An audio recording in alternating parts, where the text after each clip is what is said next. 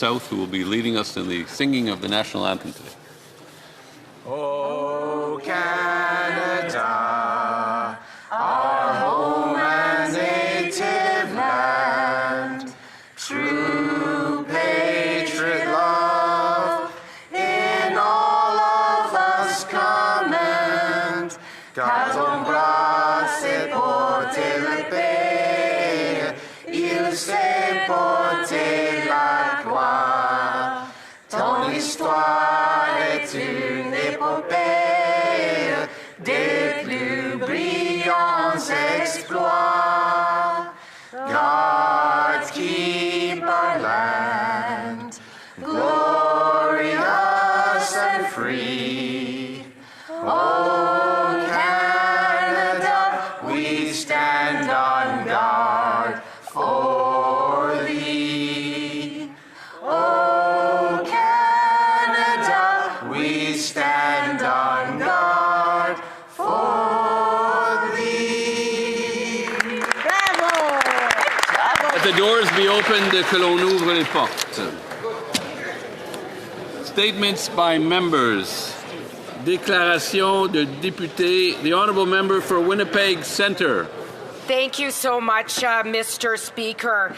Selkirk Avenue in Winnipeg Centre is home to some of the most vibrant community organizations, but it's also home to some of the highest instances of violence and disappearances of Indigenous women, girls, 2S, LGBTQIA+ people. The North End Women's Centre is located right at ground zero of this crisis. Particularly since the pandemic, staff have reported an increase in gender-based violence. To answer these escalating challenges, the Centre has applied 3 times for federal funding to expand its drop-in centre programming spaces and transitional housing units, something I've repeatedly written to this government to support. But the government has left the Centre without any indication on whether it will fund these desperately needed supports. We cannot wait when lives are on the line. I urge the government to act immediately to fund the North End Women's Centre and uphold community health and safety in Winnipeg Centre. Thank you, Mr. Speaker. The Honourable Member for South Surrey White Rock. Mr. Speaker, in Canadian communities, coldest night of the year 2026 to support the hurting, hungry, and homeless is on the final stretch of its annual campaign. Saturday, I'll be walking alongside community members in support of Sources, an organization that's been providing help, encouragement, and hope to people who are experiencing hurt, hunger, and homelessness.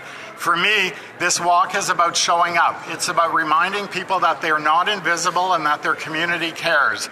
I've been honored to be the top fundraiser for 2 years and the leading fundraiser in the region for 6 years, thanks to the generosity and dedication of my teammates and donors. Mr. Speaker, I encourage all colleagues in this House to take part in the coldest night of the year. It's free to join. Simply register to walk, start a team, or donate to my team. This weekend, send a simple but powerful message. In Canada, we care about each other. Thank you, Mr. Speaker. Here, here. Are you allowed to ask for donations? The Honourable Member for Saskatoon West. Mr. Speaker, I want to talk about a young man from Saskatoon's Hampton Village, Terrell Harder. Terrell is the kind of neighbour who quietly makes our community stronger simply by showing up and serving others. Raised right here in Saskatoon West, Terrell is a proud graduate of Bedford Road Collegiate. For years, he has volunteered at the Bedford Road Invitational Tournament, giving his time so young athletes can compete, learn teamwork, and build confidence. Terrell has also worked and volunteered at Redbury Bible Camp, helping create a positive, safe, and welcoming environment for kids and families. And when our community needs engaged citizens, he steps up, volunteering during civic elections and as a campaign volunteer for me. He brings energy, reliability, and a great attitude to everything. Today, Terrell is working at the City Centre Church, helping the less advantaged. He doesn't look for recognition, he looks for ways to help. I'm grateful for Terrell's service, and I hope his example inspires others. We all need more Tyrells in our life. Yeah, way to go, L'honorable député de Moncton-Dieppe. Thank you very much, Mr. Speaker.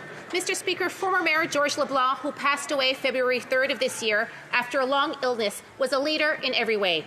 We saw it through his charity work with great organizations like the Friends of the Moncton Hospital, Moncton Head Start, and Moncton Youth Residence, to name just a few. We saw it in his 2 decades serving on City Council, in 8 of those years being the mayor. Mayor LeBlanc led our city through an unprecedented building boom in our downtown, and it still continues today. When a shooting rampage rocked our normally peaceful community, George articulated our grief and our strength to the nation. And George LeBlanc led by example, with his honesty, his empathy, and his quiet resolve to always make our city better. I want to offer my deepest condolences to his wife, Kathy, his son, Jordan, his daughter, Brittany, his grandchildren, and also his extended friends. He will be missed. Rest in peace, George. The Honourable Member for Stormont, Dundas, Glengarry. It is with profound sadness that we learn of the passing of Canadian radio legend Lowell Green. Lowell started at Ottawa CFRA in 1960, and by the time he retired over 50 years later, he became North America's longest-running open-line talk show host. Lowell will be remembered for promoting common sense in his island of sanity. But it wasn't just the on-air achievements that made Lowell who he was. It was the many causes that he championed over the years. From a campaign to save the Centennial Flame here on Parliament Hill, to his unity rally ahead of the 1995 referendum, to being a co-founder of Big Brothers in Ottawa, and to the Help Santa Toy Parade, he truly made a difference in the lives of many people. He was awarded numerous accolades over the years from his peers, legions, Lions Clubs, and other groups. We lost Lowell this month at the age of 89. Our thoughts are with his family, his friends, and his colleagues as we mourn and celebrate a life well lived. The Honourable Member for Ottawa, Vanier-Gloucester. Merci, Monsieur le Président. Je prends la parole pour souligner le mois de l'histoire des Noirs, un moment où nous nous rassemblons pour reconnaître les contributions profondes, la résilience. Gloucester. Merci, Monsieur. Thank you, Mr. Speaker. There we go. Now I rise today to highlight Black History Month, a time when we come together to recognize the profound contributions, resilience, and legacy of Black communities in Canada and around the world. Yesterday, in my riding, we took a moment to exchange and reflect and to honor the excellence of Black people across generations, from the builders of today to the visionaries of tomorrow. Schools, organizations, and communities are coming together to share stories, highlight achievements, to deepen our understanding of the Black history in Canada. These celebrations are not only about the past, they are about building a future rooted in dignity, opportunity, and shared progress. Let this month be more than a commemoration. Let it inspire us to listen, to learn, and to act. Let us honor the legacy of Black Canadians by advancing the work still before us and by ensuring that every person in every community can thrive. Thank you, Mr. Speaker.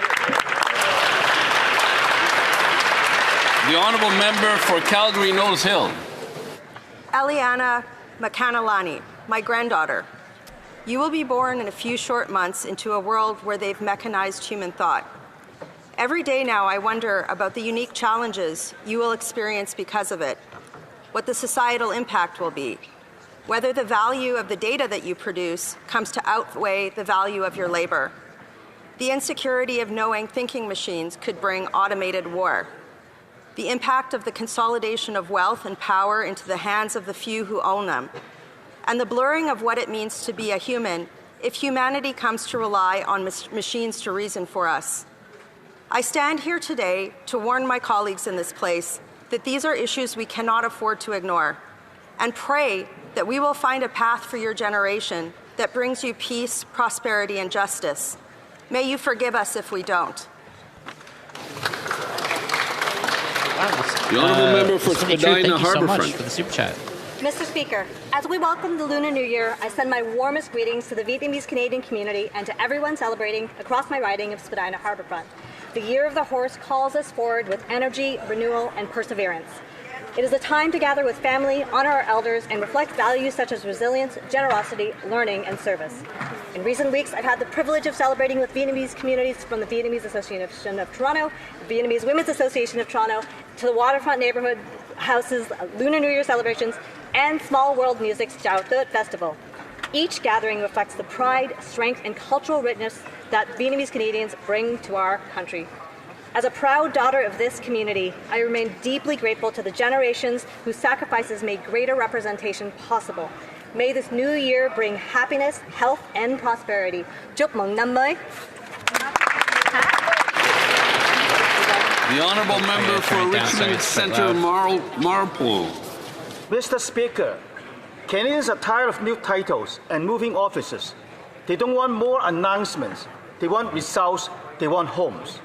This government now proposes another federal housing body.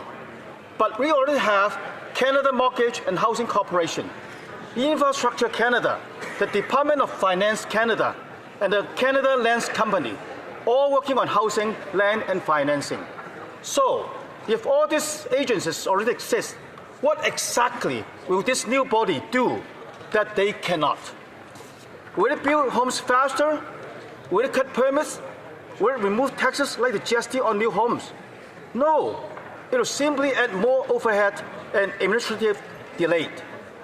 Housing affordability will not improve by multiplying paperwork. It's time for this Liberal government to cut red tape, get out of the way, and let builders build. Hear, hear. The honourable member for Drummond. Mr. Speaker, another monumental actor has left us. Raymond Bouchard was an extraordinary star in Quebec's cultural universe, and we will miss his voice, his gift of gab, and his generosity in acting and speaking more than words can express. Mr. Speaker, the loss of these extraordinary artists cannot be undone, and each of these deaths erases a little bit of a wonderful period in Quebec's social and cultural history. It is sad. Raymond Bouchard gave us unique characters such as Mayor Le Sage in La Grande Séduction and Léo in La Florida. I also think of his portrayal of Jacques Parizeau in the series on L'évêque, or his role as Paul Vézina in Scoop. Raymond Bouchard was proud to belong and to be one of his people, a sovereigntist, certainly, but perhaps above all else, a great ambassador and promoter of the Quebec culture, which he cherished. To his family, loved ones, and friends, to those who admired him, allow me to offer my sincere condolences on behalf of the Bloc Québécois. Raymond, thank you for everything. The honourable member for Surrey Newton. Mr. Speaker, as we celebrate Black History Month, I rise to recognize the important contributions of Black Canadians and work of Black Business Association of British Columbia. Surrey is home to the largest Black population in our province. Black entrepreneurs are creating jobs, driving innovation, and strengthening our economy, even as many face systemic barriers. Led by co-founders Nerissa Alan and Clavia Lane, the Black Business Association of BC is addressing these challenges through programs that support market access, regulatory compliance, and international trade. They help businesses grow and compete globally. By investing in equity and inclusion, we invest in Canada's future and build a stronger, more inclusive Canada. Today is Pink Shirt Day. Let's stand against bullying and stand together in kindness. The honourable member for Terra Nova, the Peninsula. Mr. Speaker, just this morning, I had a phone call from a friend of mine. She's a teacher, a government worker, but life is so unaffordable that her internet is about to be cut tomorrow because she can't keep up with this liberal inflation. And she's not the only one. According to an RBC poll, 64% of millennials are worried about their financial future under this Prime Minister. Many Canadians are bankrolling their debt into mortgages. Mortgage debt has now reached $2.6 trillion. But unfortunately, millennials can't do this because they can't afford a home. Nearly 60% of millennials don't even have enough money at the end of the month to pay their bills, let alone begin saving for a home. Conservatives will continue to fight for affordable Canada, a Canadian economy that creates powerful paychecks and lowers inflation so that young people across our country can save for a home and save for a future. The honourable member for Halifax. Thank you, Mr. Speaker. Assalamu alaikum. Across the country, Muslim communities are celebrating Ramadan, a holy month of fasting, prayer, and reflection. I want to recognize the resiliency and generosity of Nova Scotia's Muslim communities, demonstrating the strength that comes from unity and support. I also want to highlight the important work of the UMA Society, which recently received $1.2 million from our government's Youth Gang Prevention Fund. This program is focused on keeping at-risk youth away from a life of crime. By providing mentorship and community resources, Gangbusters is helping to create safer, stronger communities for all of Nova Scotia.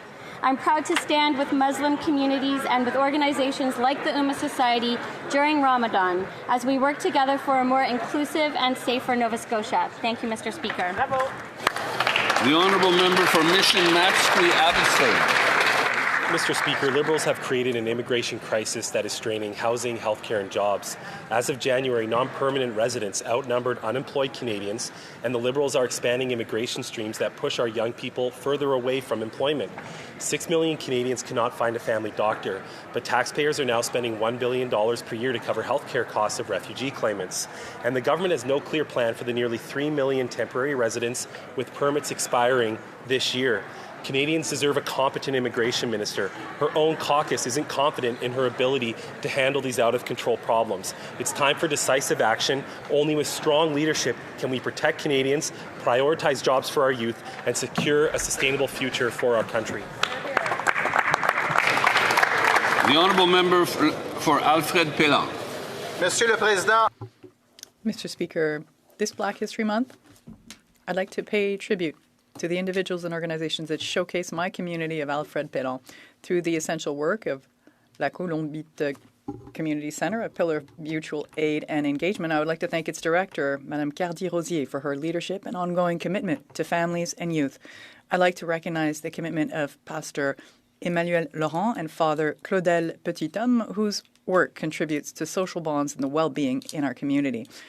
I would also like to acknowledge the valuable contribution of Father Ronald Legerme and Marie Tessa Pierre, who through their initiatives and dedication provide help and support to those in need and strengthen the social fabric of our community, not to mention the remarkable commitment of Robert Alexander, my most loyal friend and volunteer, whose consistency and dedication make a real difference in Alfred Pellan.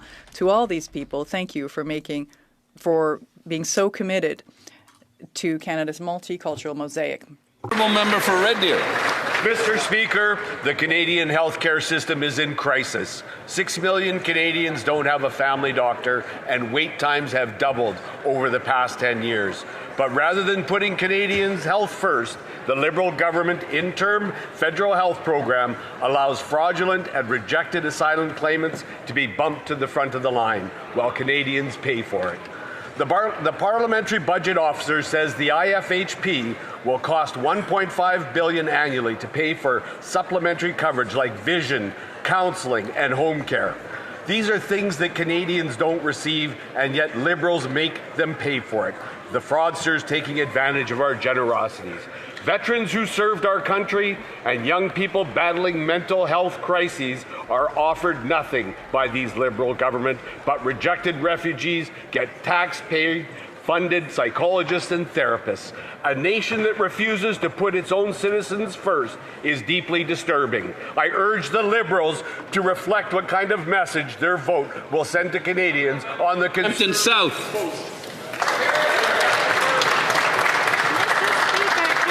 Pink Shirt Day, we stand together to send a clear message. Bullying in any form has no place in our communities. Bullying has lasting impacts on mental health, academic success, and overall well-being, affecting people of all ages. Our government will continue to invest in mental health supports, Little Kids Help Phone, which provides immediate confidential support 24 hours a day. And while these supports are essential, each of us can help foster a culture where seeking help is encouraged, stigma is reduced, and kindness lead the way. Simple acts of compassion help build safer, more inclusive communities across Canada. Mr. Speaker, everyone deserves to feel valued and supported, and to know they have a safe space among communities, because compassion, kindness is always stronger than hate, Mr. Speaker. Oral questions. Questions orales. The Honourable Member for Calgary, Knowles Hill. Nope, yeah. That's what I thought. This week, the Prime Minister said, we have the immigration system under control. And his immigration minister said, my job is easy. At the end of this year, there will be nearly 3 million people in Canada on expired or expiring visas. And last year, the Liberals only managed to remove 22,000 of them.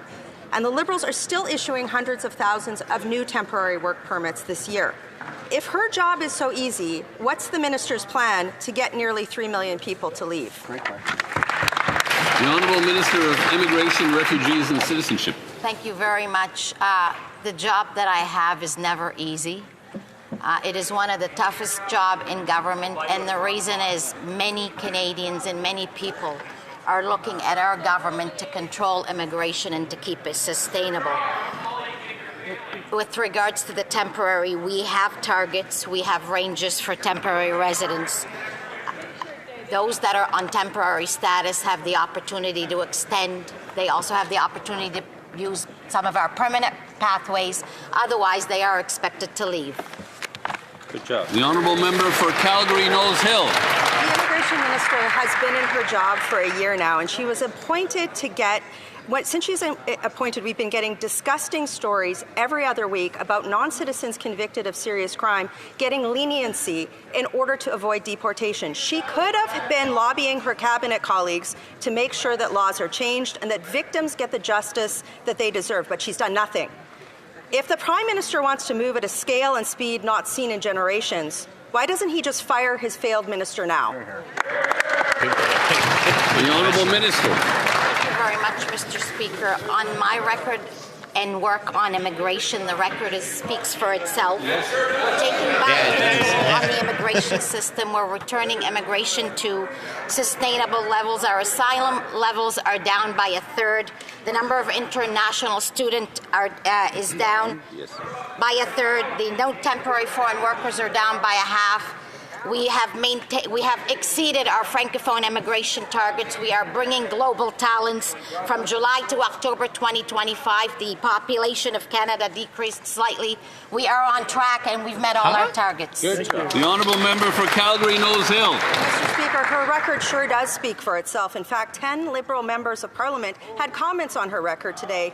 They were quoted in a CBC article saying what millions of Canadians already know, that the Prime Minister's immigration minister isn't getting her jobs done. She won't take basic meetings, processing times haven't been fixed, and the asylum backlog has ballooned to 300,000 people under her watch. I've said it before, I'll say it again. She is a bad minister. If the Liberal caucus doesn't even think she should have her job, why is the Prime Minister still defending her? Honourable Minister. We are building an immigration system that keeps Canada strong. That is our mission. That is our mandate. That is what Canadians elected us to do. Yes. That is what we will continue to do. In June, we introduced legislation C2 to protect the asylum system against sudden increases in claims. The Conservatives opposed it. In October, we brought forward new legislation C12 that will protect our borders and strengthen the immigration system. That's right. The Conservatives have delayed it at every stage. Right. We're building an immigration system that is sustainable and that will keep Canada strong. That's right. Honourable Member for Calgary Knowles Hill.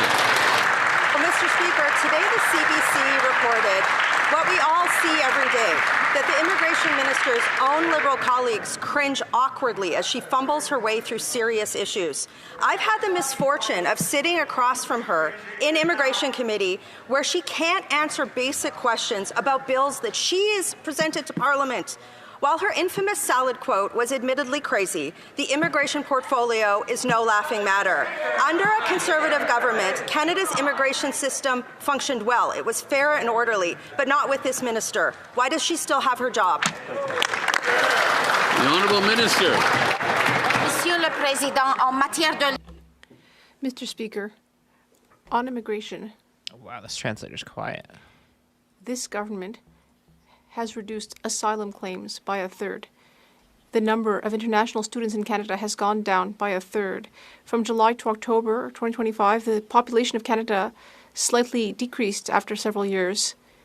We have increased. Oh, it hasn't. Canada's population has not decreased at all. The percentage what the hell? Of the economy stream to 64%, in order to attract world-class talent. We are building a world-class immigration system.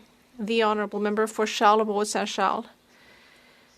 Mr. Speaker, yesterday the Prime Minister stated that the immigration system is under control, but the Liberals have actually broken the system. The facts are that 86% of fake asylum seekers are still in Canada.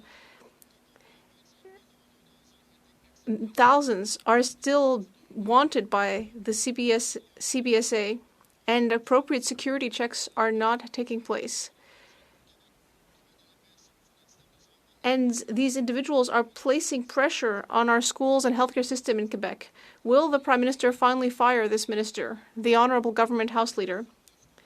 Mr. Speaker, on this side of the House, we are proud to serve side by side with this immigration minister. We are proud of our immigration system. We are very proud to have the first Lebanese woman in this position with a remarkable roadmap as a Nova Scotia MP and here in the House. The results speak for themselves. Asylum claims have gone down by a third. Same thing for international students. And from July to October, the population of Canada went down. This minister is doing her job. The Honourable Member for Charles-Saint-Charles. Mr. Speaker, this is not a personal matter. This is a professional matter. It is clear that this minister does not understand her files. 10 of her colleagues said on Radio-Canada that the minister is not familiar with her files and is incompetent. We need a minister who understands what's happening in Canada and can manage the immigration system. Will the Prime Minister finally fire his minister, the Honourable Government House Leader? Mr. Speaker, you know who can't answer questions about immigration? People on the Conservative side who have no immigration policy. And they took a week to think about it and decided to come back to this House and punch down and try to bully the most vulnerable people, refugee seekers. For example, they're trying to kick out wounded children from the Ukraine war. They don't want kids like that to get health care. It is the Conservatives who don't have an immigration policy. On this side of the House, we are proud of our minister and our record.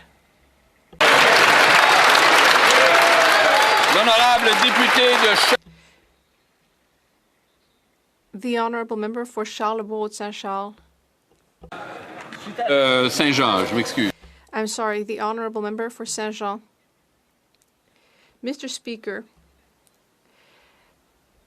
the Currem software fiasco with its $5 billion cost overrun is the last straw for Quebec, and the National Assembly of Quebec has just adopted a unanimous motion to state that federal IT projects and their cost overruns represent complete wastage on Quebec taxes. All Quebec elected officials have asked the federal government to create an arm's-length inquiry on federal IT contracts. When will we finally see this inquiry? The Honourable Government House Leader. Mr. Speaker, modernizing the government is something we are currently working on, and it is already showing results. When it comes to old age security benefits, currently we are servicing 7 million Canadians with a new modernized system that has replaced a system that was really outdated.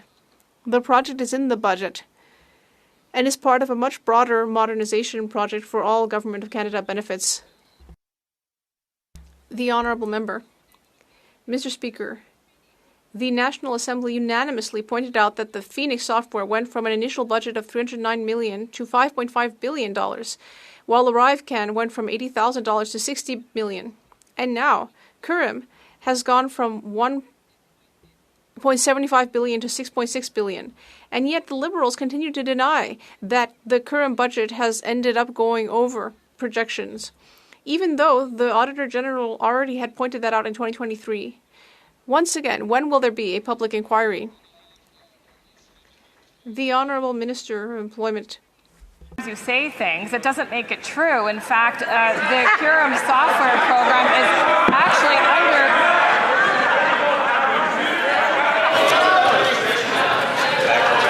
Couldn't hear. Sorry. Couldn't hear. We'll let the honourable minister. We'll let the honourable minister answer the question.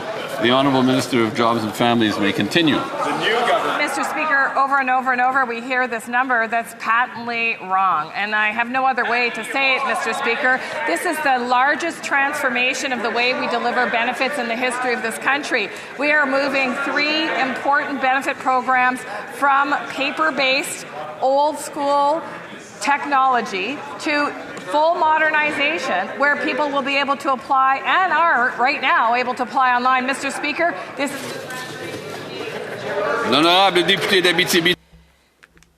The honourable member for Abitibi-Témiscamingue. Well, I wouldn't attack the credibility of the Auditor General if I were the minister, Mr. Speaker. These Liberals seem to think this is just a joke. They're just ignoring the problem, and they keep on spending taxpayer money. The National Assembly has reminded us that over 3 failed IT projects, Ottawa has wasted more than $10 billion. That's 5 times more than it would take the government of Quebec to repair 227 hospital buildings. But there's no accountability in Ottawa. The Liberals keep saying that there haven't been any cost overruns. When will we have a public inquiry? The Honourable Minister. As I've said, 7.7 million seniors have been transitioned to this new software. There are still some seniors who have applied for their benefits that are waiting. That number is dropping, Mr. Speaker, every week, every month, as we anticipate it will continue to do. And, Mr. Speaker, our officials are working very hard night and day to make sure that all cases are resolved. If the member opposite has a person in his riding who needs urgent attention, I suggest he share that name with me or have them call Service Canada. We haven't received any names yet from that member of Parliament. The honourable member for Thornhill. Liberal immigration minister is out of her depth, and the numbers prove it. 86% of rejected asylum seekers remain in Canada. 25,000 people were admitted without a proper security screening, and nearly 3 million temporary visa holders are nearing expiry with no clear plan in place. And yesterday, the Prime Minister claimed that the system is, quote, under control. But there are no real controls left. The Liberals dismantled them, and the minister has shown no ability to restore order. So with results like these, why is she still in her job? The Honourable Minister of Justice. Mr. Speaker, I will park some of the factual inaccuracies that were included in the member's question, but let me just take a moment to say that I have been proud to work alongside my colleague for Nova Scotia, not just in her current capacity as Minister of Immigration for Canada, but previously when she served as the Immigration Minister in my home province of Nova Scotia. She was uniquely responsible for bringing the healthcare workers that provide care to my neighbours. She was uniquely responsible in helping resettle refugees from Syria when the federal Conservatives wouldn't lift a finger. She is working on a program that may be a difficult problem to solve, but she is restoring integrity to the immigration system, and the personal attacks are cruel, inappropriate, and beneath this House. The honourable member for Thornhill. The immigration minister with the mess that she has to clean up. And he knows that even Liberal MPs who have been passed over for a decade can see that she's out of her depth because of the mess that he left. Yeah. These are direct quotes from them. She has no idea how to respond. She doesn't make sense. She puts her foot in her mouth. At what point will the Prime Minister acknowledge that this file requires real leadership and a serious course correction without the two of them? Yeah! The Honourable Minister of Canadian Identity and Culture.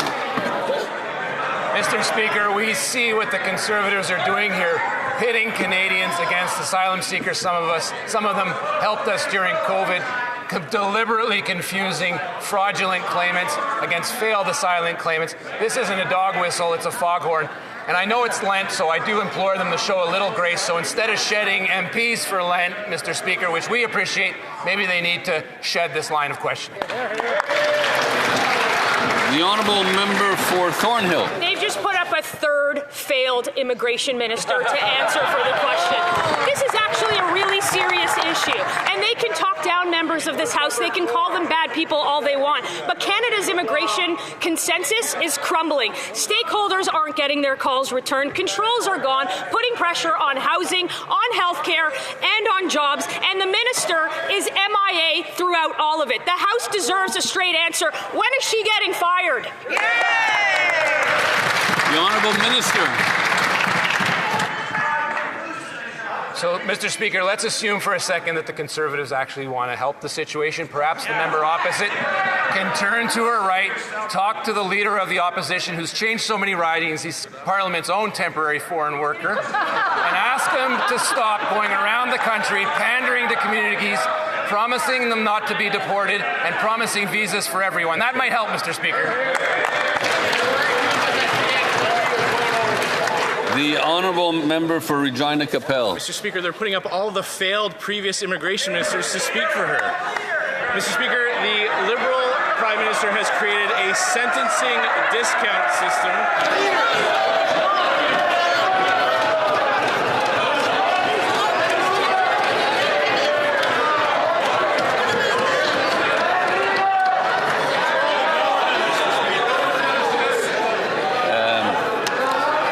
From the top.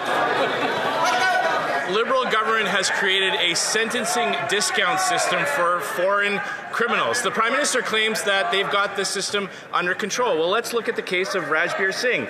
This criminal sexually assaulted a young woman and received a conditional discharge so he would not have a criminal conviction registered against him so he could stay in the country. Under this Liberal PM sentencing discount policy, not only are dangerous criminals allowed to stay in the country, they get released early. When will this Prime Minister fire his immigration minister, or does he think that she's got it all under control? The Honourable Minister of Public Safety. Mr. Speaker, the assertion of the member in the opposition party is absolutely false, Mr. Speaker.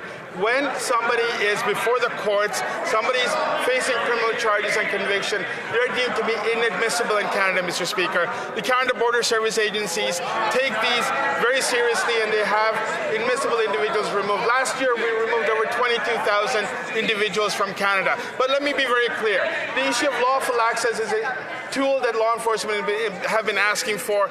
The party opposite has absolutely failed in supporting those policies so that we can have a safer country, Mr. Speaker.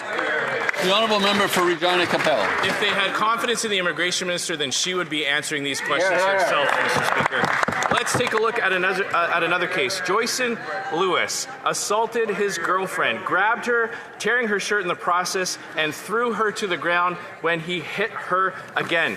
The judge in the case sentenced this foreign criminal to 9 months of probation, specifically so that the conviction would not be entered into the record so he could stay in Canada. Why is this Liberal government doubling down on a policy that gives sentencing discounts to foreign criminals, and when will this Prime Minister fire this minister? The Honourable Minister of Public Safety.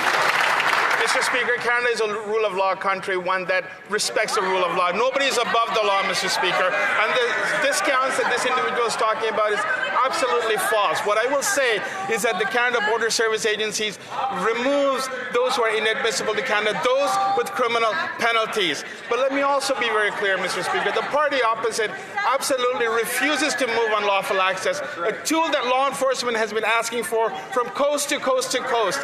This is the record that party has in terms of defending the rights of Canadians and keeping Canada safer, Mr. Speaker. The Honourable Member for Long Range Mountain. Mr. Speaker, by the end of this year, 3 million temporary residents will have had their visas expire, and the government has no enforcement plan to ensure that they leave. Last year alone, 1.5 million permits expired, and the Liberals just simply assumed that they would magically comply. The system is out of control. Housing is strained, youth unemployment is rising, our healthcare system is broken. Canadians are clearly paying the price. So when will the Prime Minister take responsibility for this failure and fire his immigration? The Honourable Secretary of State for Combating Crime. Mr. Speaker, we have been getting this immigration system under control. We've just seen that Bill C-12 is about to pass from the Senate. This will not allow people to abuse our asylum system.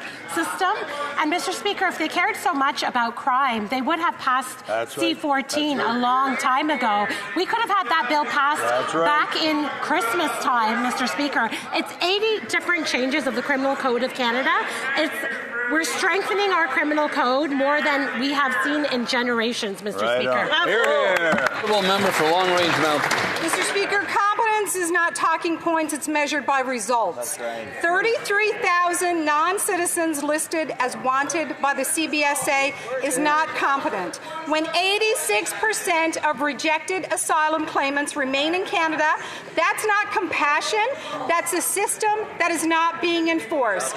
The minister has lost control of the file, the confidence of stakeholders, and now members of their own caucus are questioning her ability, and Canadians are paying the price. So once again, will the Prime Minister take responsibility for this failure and fire his immigration minister? The Honourable Secretary of State.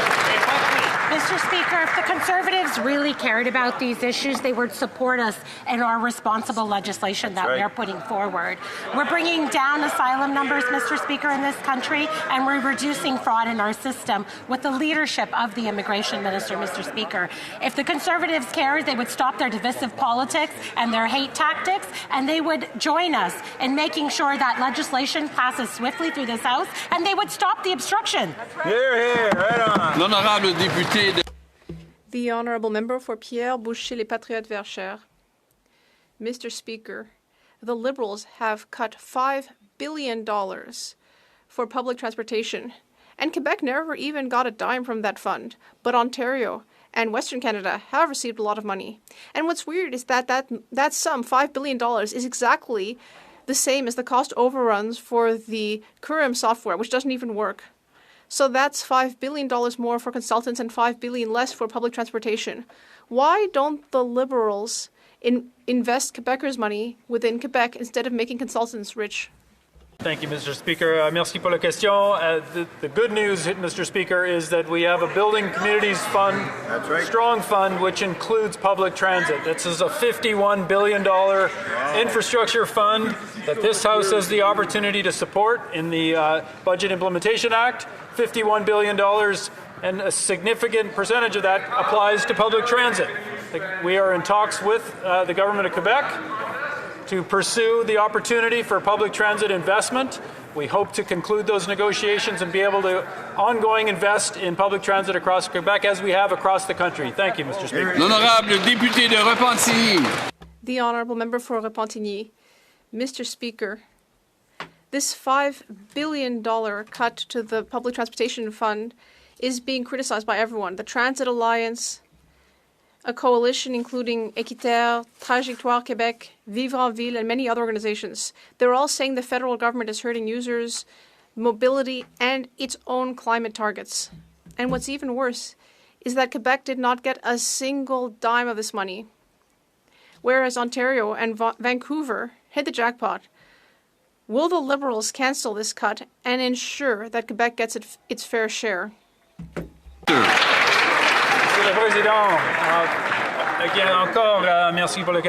Once again, thank you for the question. To pursue public transit investment with the Government of Quebec. We are at the table, we are negotiating, we welcome the opportunity to invest.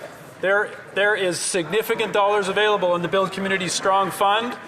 When the BIA is passed, we will be able to move that funding through on top of the $25 billion that's available in the Canada Public Transit Fund.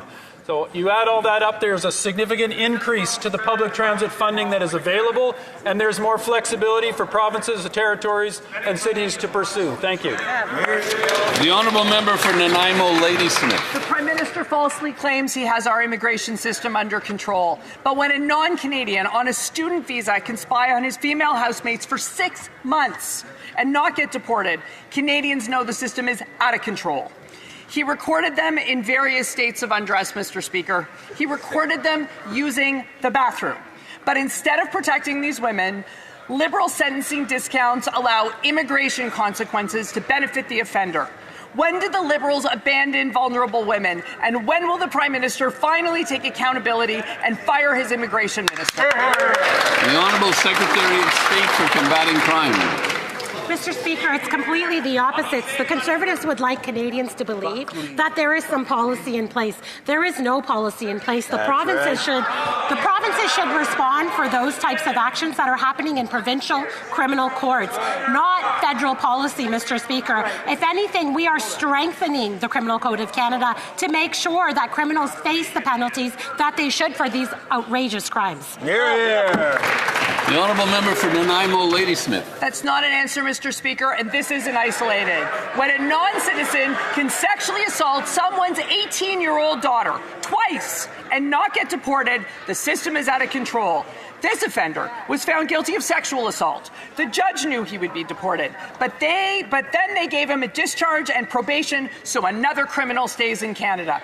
The Liberals accuse us of all kinds of things, Mr. Speaker, but their judges are pleading down at the expense of our daughters. So I'll ask again, Mr. Speaker, when will the Prime Minister fire his immigration minister and get immigration back under control? The Honourable Secretary of State. Mr. Speaker, these are not our judges. These are Canadian judges appointed by provinces. Our criminal court hearings happen at the provincial level, Mr. Speaker. Therefore, Conservatives would like Canadians to believe that there is some type of federal policy that is making judges make these decisions. There is absolutely no such policy, Mr. Speaker. If anything, we are tightening our Criminal Code of Canada. In C-16 and in C-14, we're making sure that we support our victims of sexual assault and that we make conditional sentences no longer. L'honorable député de The honourable member for Montmorency Charlevoix. Yesterday, Mr. Speaker, the Prime Minister said the immigration system is under control. I'm very sorry, but that is not at all the case. In Quebec, for example, there are 200,000 asylum seekers within Quebec, which is putting pressure on our healthcare and education and childcare systems. And today we learned in Radio-Canada that the Liberal immigration minister doesn't understand her files and is not at all available on the ground. Will the Prime Minister finally stand up and fire his immigration minister, the Honourable Government House Leader? Mr. Speaker, as my colleague knows very well, because this question has been asked already a number of times today and has been answered by the Minister of Immigration and other colleagues, asylum claims have actually gone down by a third under this minister. Same thing for international students. And between July and October 2025, Canada's population even shrank slightly after having grown for several years previously. That is this immigration minister's record. Meanwhile, what is the policy of the Conservative Party? I have on my list here the Honourable Member for Montmorency Charlevoix, but I see the member for Richemont-Athabasca is rising. Thank you, Mr. Speaker. For weeks now, I've been rising in this place to ask questions about the QRAM IT software project. The cost ballooned from $1.6 billion to $6.6 billion. That's a $5 billion cost overrun. There are 78,000 seniors waiting to receive their benefits. We've asked dozens of questions. The Liberals haven't answered our questions. Yesterday, I asked if there was anyone taking leadership on the government benches who would take ownership of this file so that I could go and see that person, so that they could handle these files. This is unacceptable. Canadians are paying out of pockets for this. This is wasted money. What will the Liberal government be doing about this? The Honourable Minister of Employment and Families. It's ironic that the member opposite is saying that he's asked who to speak to, and I've said about 15 times, come and speak to me directly if you have cases that you need accelerated. I've also been very clear in this House, Mr. Speaker, that this is a massive transformation of software. We have a portfolio of money allowed to us to do that transformation, and in fact, we're under budget, Mr. Speaker, so the member opposite, if he needs to be briefed, I ask him to come to me immediately after question period, and I will talk to him. The Honourable Member for Lévis-Lotbinière. Mr. Speaker, yesterday the Liberal Prime Minister said that he had the immigration system under control. Yet the Liberals have abandoned security checks, systematic review processes. The Liberals have allowed approximately 25,000 people into the country without any of them having a single conversation with any government employee. Meanwhile, Mr. Speaker, where is the Minister of Immigration? She's not answering any questions. The situation is so serious that even Liberal MPs are calling for her resignation. Can the Prime Minister take responsibility and finally dismiss his Liberal Minister of Immigration? L'honorable ministre de l'Immigration et des Réfugiés. The Honourable Minister of Immigration, Refugees and Citizenship. This one, let me be clear about the facts. Officers rigorously review each and every claim before they reach the IRB, and nobody can claim asylum in Canada without questioning. To keep Canadians safe, CBSA does the front-end security screening on all adult refugee claimants. There is no rubber stamping of any files and any claims. Each one is assessed individually on the merits by highly trained decision makers. Our government worked hard to bring the asylum claims down by more than a third last year. We will keep working hard to do that. We've got Bill C-12 in front of us. And thank you, Mr. Speaker. The Honourable Member for Sault Ste. Marie Algoma. Speaker, we know that Canadian workers are the backbone of a strong economy. The government's new workforces alliances are bringing together workers, industry, and training partners to build the skilled and resilient workforce that Canada needs for the future. Now more than before, Canadian workers need their government to have their backs. Can the Minister for Jobs and Families tell this House how our government is supporting workers and strengthening the Canadian economy now and in the future? The Honourable Minister for Jobs and Family. Mr. Speaker, the Member of Parliament for Sault Ste. Marie Algoma is a force to be reckoned with. In fact, it was such an honour to stand with him at the Algoma Steel Mill to support the defence of Canadian-made steel. And I want to thank him for his ongoing advocacy. Mr. Speaker, it was a very proud moment for me to announce 5 additional workforce alliances. What these are, Mr. Speaker, are a way, and something that industry has been calling for a very long time, a way to streamline skills training with the needs of industry. I'm so thrilled that we are working strongly with workers and employers across this country to build Canada strong. The Honourable Member for Saskatoon West. Mr. Speaker, yesterday the Prime Minister falsely stated that he had the immigration system under control. Does he realize his own immigration department is rubber stamping asylum claims from terror-sponsoring countries like Afghanistan, Yemen, and Iran? We just heard that the Minister doesn't even realize that she's auto-approving claims from Pakistan, where one of its nationals was trying to claim asylum when he was arrested in Quebec for allegedly plotting a terrorist attack against Jews in New York City. This incompetence hurts legitimate refugees and all Canadians. Now even their own caucus is calling for the Prime Minister's hand-picked immigration to be fired. When will the Prime Minister wake up and fire this immigration minister? The Honourable Minister of Public Safety. Mr. Speaker, every file for asylum comes through a very rigorous security check, Mr. Speaker, both through CBSA as well as through CSIS. Our law enforcement work every single day to keep Canadians safe, and the rigorous process to ensure that those who are inadmissible are deemed to be inadmissible and are removed is something that our law enforcement agencies do each and every day, Mr. Speaker. The assertions made by the opposition is absolutely false. Honourable Member for Saskatoon West. Mr. Speaker, it's embarrassing. The ministers don't even know how their own system works. Yesterday, the Prime Minister falsely claimed that he had the immigration system under control. He blindly expressed full confidence in his immigration minister. These are the facts. 300,000 asylum claims, a 4-year backlog, nearly 3 million temporary residents with expiring permits and no plan to remove them. Auto-approving asylum claims from terror-sponsoring countries without any human intervention. Ask any Canadian. Immigration is far from under control. Now even Liberal MPs are questioning her place at the cabinet table. Will the Prime Minister finally wake up, listen to his own MPs, and fire his incompetent immigration minister? The Honourable Minister of Public Safety. Mr. Speaker, what I can say is that we have a robust refugee protection system that ensures the safety and security of Canadians. First and foremost, Mr. Speaker, we have a system through the Immigration and Refugee Board where every single file is assessed for its merit and it's in compliance with the Refugee Convention of 1951. Secondly, Mr. Speaker, before somebody is granted permanent residency, there is a vigorous security check that enables Canada to ensure the safety and security of Canadians from our law enforcement agencies, including the Canada CSIS as well as the Canada Border Service Agency. The assertions made by the honourable member for Riding Mountain. Mr. Speaker, I asked the Immigration Minister at Health Committee how many more patients our healthcare system could handle. She laughed, then said it wasn't a fair question for immigration. Not a fair question, Mr. Speaker. 6 million Canadians don't have a doctor. People are dying waiting for care. Our system is at capacity, and she doesn't even know it. If the minister sitting immigration levels doesn't think healthcare capacity is her business, then she has no business being minister. So will the Prime Minister fire her today? The Honourable Health Minister. Thank you, Mr. Chair. So Canada has the values to which the world aspires. We have always been and always will be committed to fundamental rights and human dignity.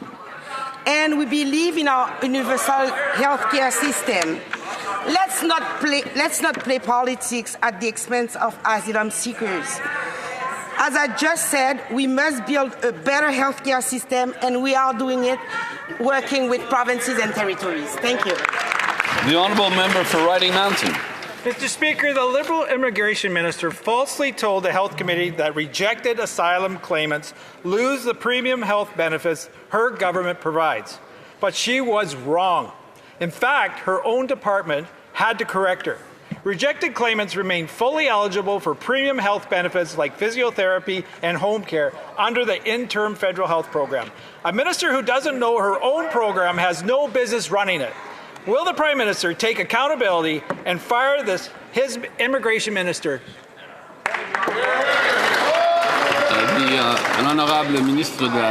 The Honourable Health Minister. Thank you, Mr. Speaker. I would like to remind my colleague that healthcare is provincial jurisdiction, not federal jurisdiction. The Health Minister and the Immigration Minister have the responsibility to work with provinces and territories in offering services, and as you know, the Immigration Minister has nothing to do with who offers or provides services on the ground. Thank you. Canada's immigration system is broken, and the Liberal Immigration Minister is treating this critical file like a game of hide and seek. She's not very good at hiding, but the Liberals are very good at deflecting. Even her own Liberal colleagues have called out her abject incompetence. As the minister tries to hide, Canadians are left witnessing youth unemployment crisis and 3 million temporary resident visas expiring in 2026. Will this minister stop playing games and start taking responsibility for the mess that she and the Liberals created? Hear, hear. The Honourable Minister of Justice. Mr. Speaker, it's clear without much substance in the question that's actually being put on the floor that the Conservatives had decided, for political reasons, to try to use immigration as a wedge issue in Canadian politics. They could be using their questions to focus on the Canada-US relationship.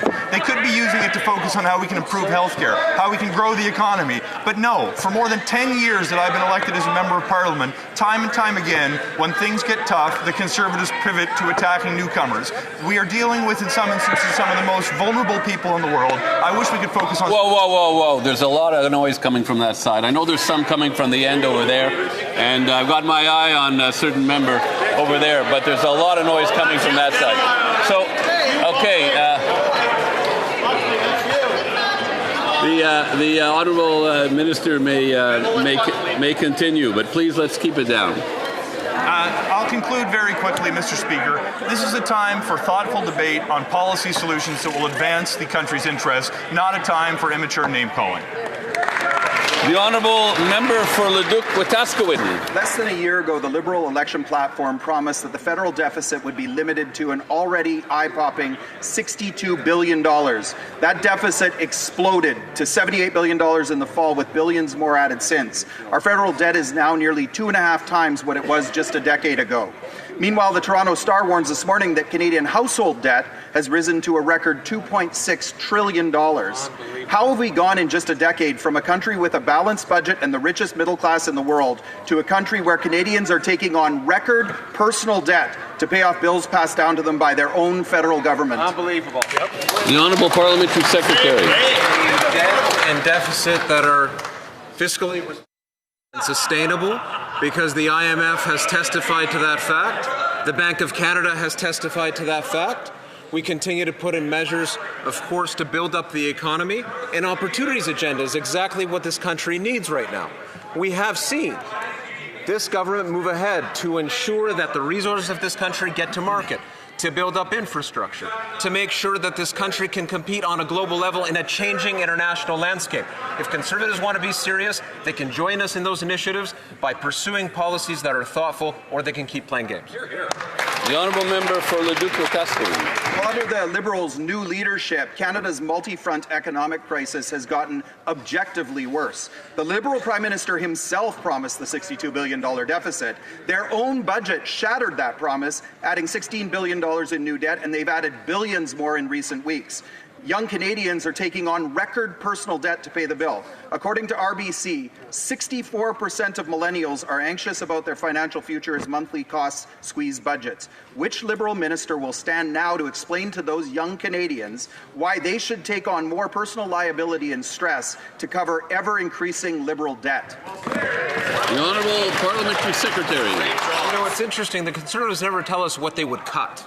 If they want to pursue this line of questioning, it's logical that they would go to another issue. Would they cut the Canada Child Benefit? They would. Would they cut child care? They certainly would. Would they cut pharmacare? They certainly would do that. Would they cut the school food program that we want to make permanent? They would do that. Would they not support them?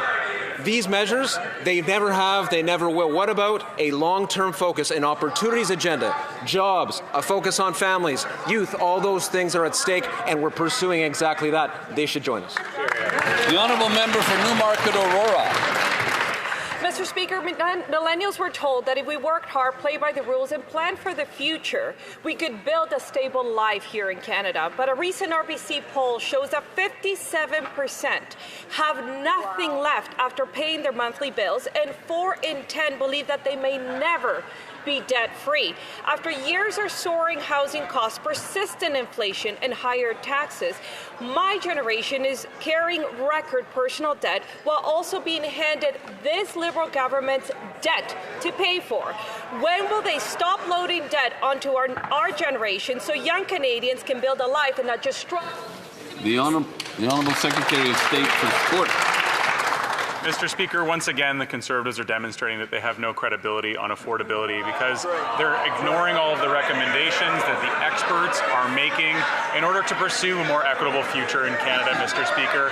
One of the recommendations they chose to ignore was the groceries and essentials benefit, Mr. Speaker. We are using a proven mechanism to provide relief to families in those income brackets that need it most with the rising cost of living, Mr. Speaker. The Conservatives can quote the experts if they want, but I recommend they follow their recommendations as well. The Honourable Member for Newmarket Aurora. Mr. Speaker, Canadians are tired of political talking points. The Liberals must have the humility to face the reality. Young Canadians are not falling behind by accident. They are being pushed behind by Liberal policies. They're not asking for programs. Talk to a millennial. They're asking them to get out of the way today. TransUnion Canada reports that household debt reached $2.6 trillion by the end of 2025. Families are living paycheck to paycheck just to keep a roof over their heads.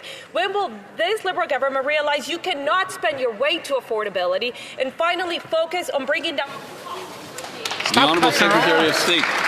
Thank you very much, Mr. Speaker. You know, it's a little bit ironic to be criticized about political talking points when the members opposite read from the same page over and over and over again. They ask the same 15 questions over and over and over again.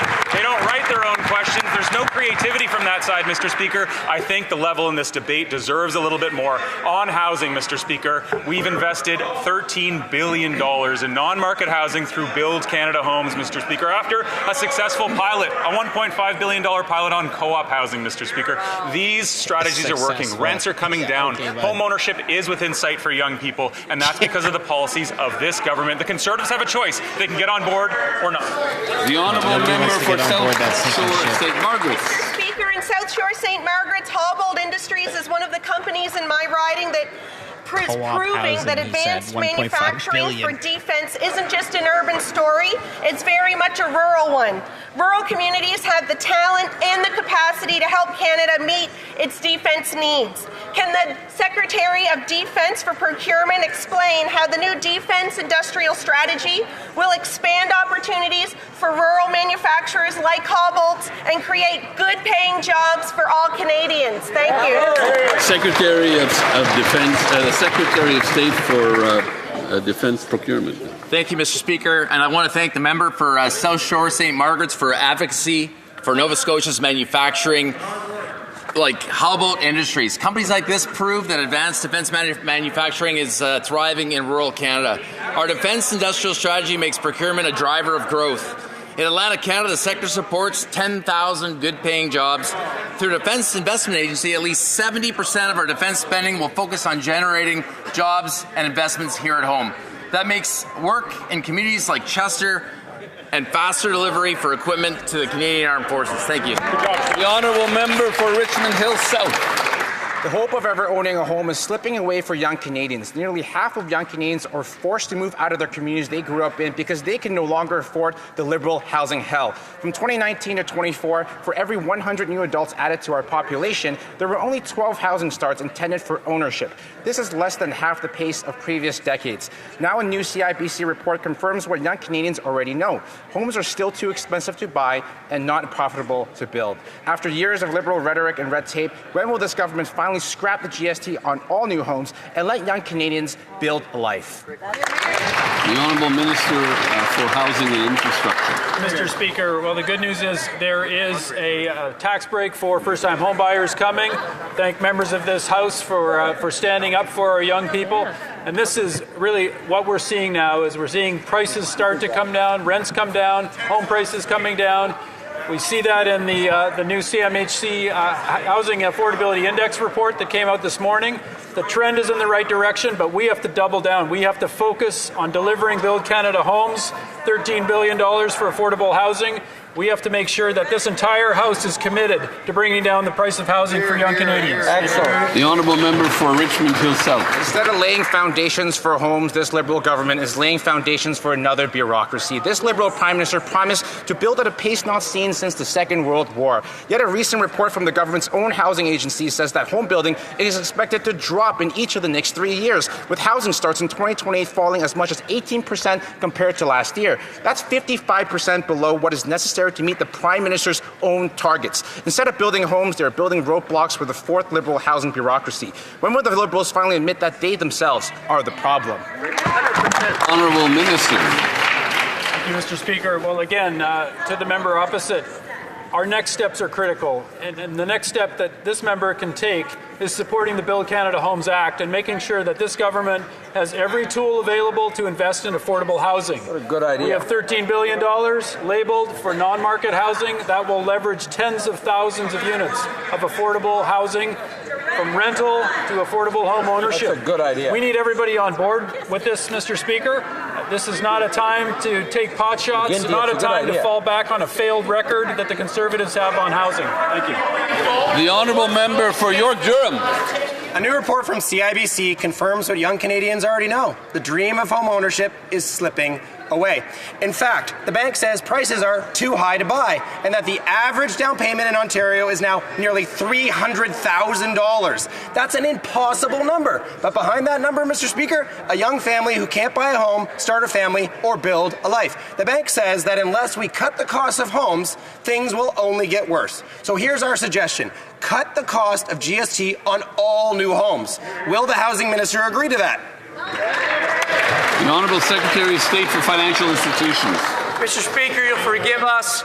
if Canadians recognize that party has no credibility when it comes to housing. Their leader called middle-class housing shacks. That's right. He called co-op housing Soviet style, and that member mocked modular housing. That leader even called on his MPs to boycott the Housing Accelerator Fund that would have actually helped their ridings. Mr. Speaker, on this side of the House, we're serious about getting houses built. That party is just full of obstruction and rhetoric. Thank you, Mr. Speaker. The Honourable Député de Mont-Saint-Bruno-L'Acadie. The Honourable Member for Mont-Saint-Bruno-L'Acadie. Mr. Speaker, on Monday, at the Human Resources Committee, our government once again tried to table a motion to study the National School Food Program after hearing credible witnesses explain how it helps children and families. However, Conservative MPs spent the session obstructing and denying the fact that food security is linked to affordability. They denied the impact of climate change on food systems and also denied the idea that families should not have to worry about whether their children ate lunch, whether they're eating enough vegetables, or whether they've had enough to eat.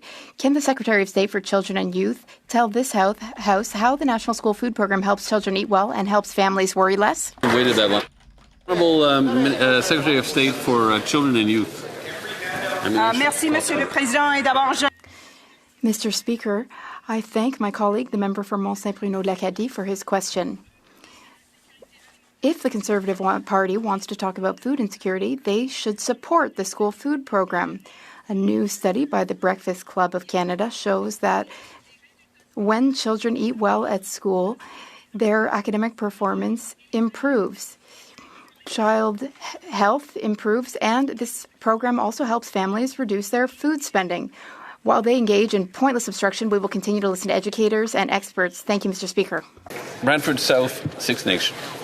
This week, Peel Police charged 4 men with sex trafficking girls as young as 11 years of age. Yet within 24 hours, these disgusting criminals were released on liberal bail. Let that sink in. Grown men charged with exploiting young girls are now walking free. Wow.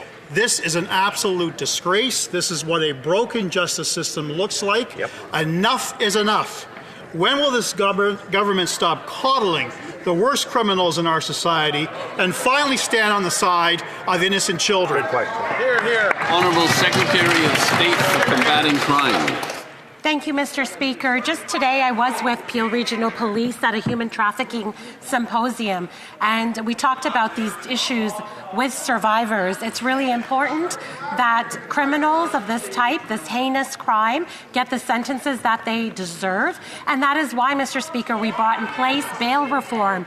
Had the Conservatives cooperated, we could have had it passed before Christmas, but they chose to obstruct. I'm glad to see that the legislation is now progressing, and we could put an end to the revolving door. Here, here. Yes. The Honourable Member for Winnipeg Centre.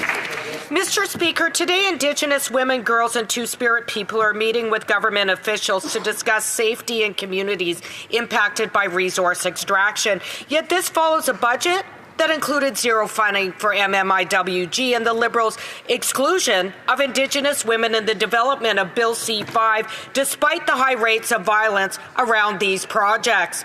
Mr. Speaker, will the government mandate enforceable community safety plans for corporations and restore funding to address this ongoing crisis?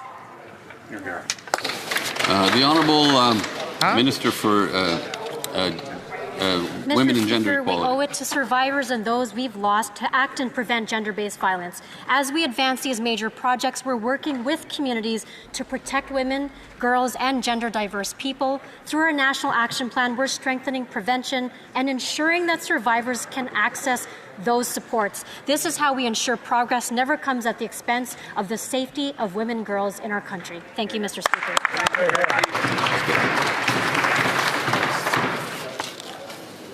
Colleagues, I would like to take a moment to bring to your attention a very important anniversary this week, the 150th anniversary of the Library of Parliament.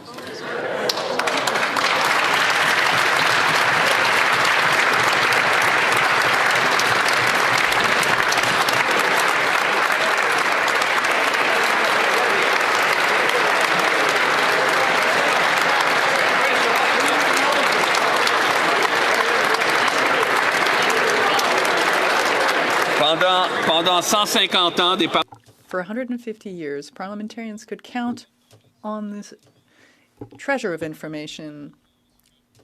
Okay, that's it for question period, obviously. We do have some decent committees on in about an hour. So the first one starts at 4 o'clock, which we're going to watch for an hour to see Champagne, talk about some of the Auditor General reports. And then after that, we're going to tune right into the Justice Committee back on C9. So we're only going to miss about half an hour of the Justice Committee. So we'll be live on that stream for about 2.5 hours. Yeah. That's about how that's going to go for today. If Champagne's super boring, which I don't think he will, because he's going to get grilled pretty hard at the public accounts. Cooper's in there. The public account is usually pretty spicy, especially with that topic. So we will watch that for half an hour, or for an hour, sorry, because Champagne's in there for an hour. And then as the next committee starts at 4:30, we're only going to miss half an hour of the Justice Committee. So yeah, that'll be 2.5 hours. Anyway, there's the link again in chat. Thank you so much for watching, guys. I will see you in committee. Just 43 minutes. Let me just say one more quick thing. Thank you, Smutty, for the 2 super chats, and thank you, Annie, for the super chat, and thank you so much, Just Me, Nicole, for keeping with the CCC Club. I really appreciate you guys. All right, we'll leave it there. There's the link in chat one more time, guys. I will see you guys shortly. Bye, guys. See you soon.